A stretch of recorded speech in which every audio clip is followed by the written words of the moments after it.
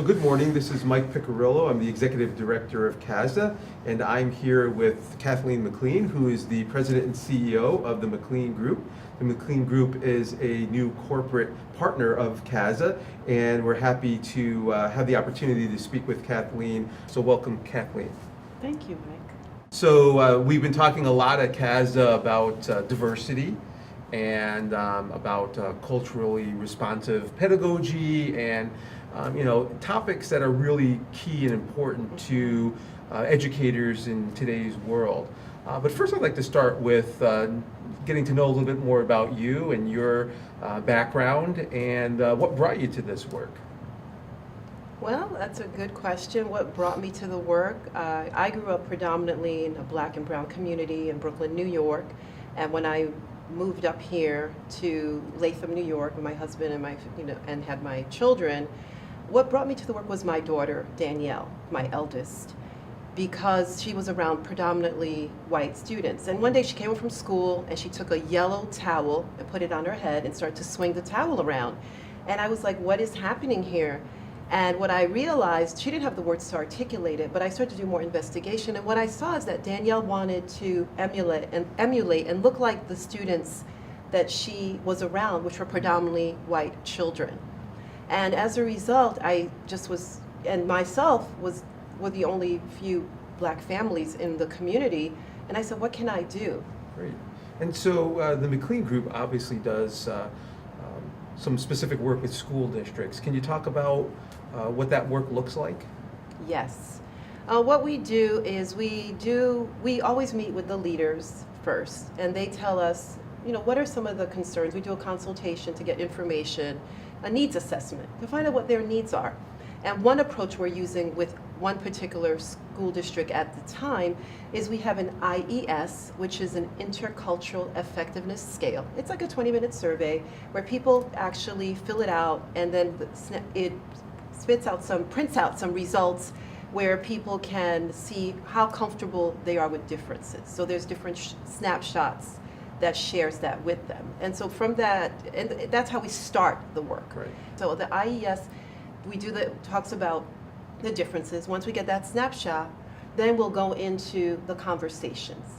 And for one of our school districts right now, we are doing about 20 hours of conversation with a text that we use while all the black children sitting together in the cafeteria, where we set up a safe space for people to talk about that. We talk about race, identity, disproportionality.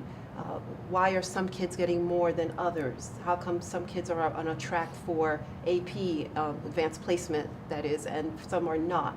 And we have those conversations for 20 hours, and people really share, and they feel like something has changed. Many people have said after those conversations, they are just not the same person they used to be.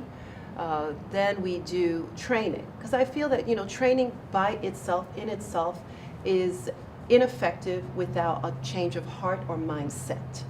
And in the trainings, then people are like, well, Kathleen, how do I interrupt when I hear a microaggression? What do I do? How do I do that? And people are very nervous.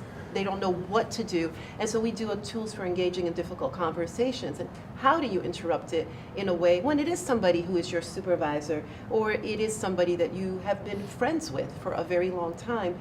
How do you do it in a respectful way to maintain the person's integrity and also to maintain your integrity? And we look at sustainability.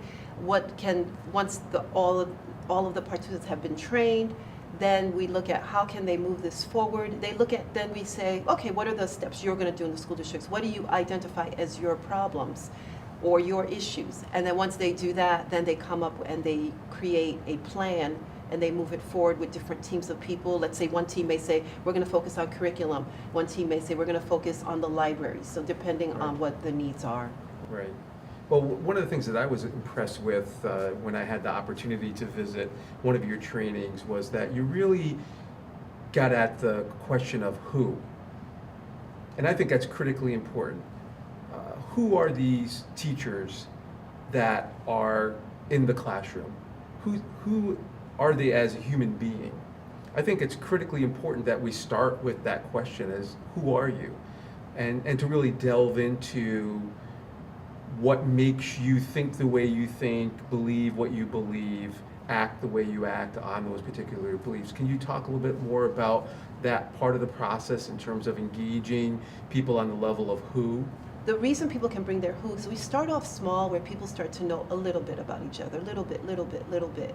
And it builds, it's like building blocks. So after 12 weeks, after you've built, literally people are sharing the most intimate things about themselves and how race interface with that, or about LGBTQ and all the immigration, and how people have the similarities of experiences, or people are crying in our sessions, but not in a bad way, Right. but in a way where they're feeling a sense of release and a sense of relief and a sense of growth, like the growth.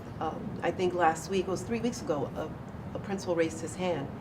He said, "Kathleen, I am 57 years old, and I never knew what I didn't know. This has changed my life. I am going to be a better administrator, a better parent, a better community member, and I'm so glad I can move all this new thinking and mindset to my children." And what could be a greater compliment than that? That someone can change their whole philosophy at 57 years old and didn't think that they could.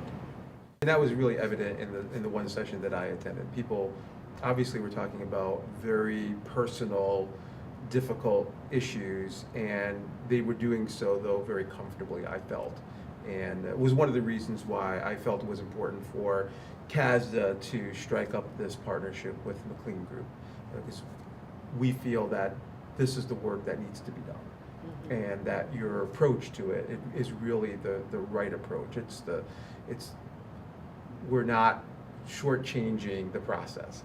Well, CASDA is looking forward to a long partnership with the McLean Group, and carrying this work forward. Is there one last thought you might want to leave people who are going to watch this video in regards to the work that you're doing that might help them to better understand the importance of this work? Take a chance and trust that it will make a change. Well, great. Well, thank you, Kathleen. And again, CASDA members, we're working with the McLean Group going forward in a partnership, and they do some great work, and you might want to consider their services, and certainly you can work through them or CASDA for those services. So it's been a pleasure to have a conversation with you today, and have a great day, and we'll see everybody soon.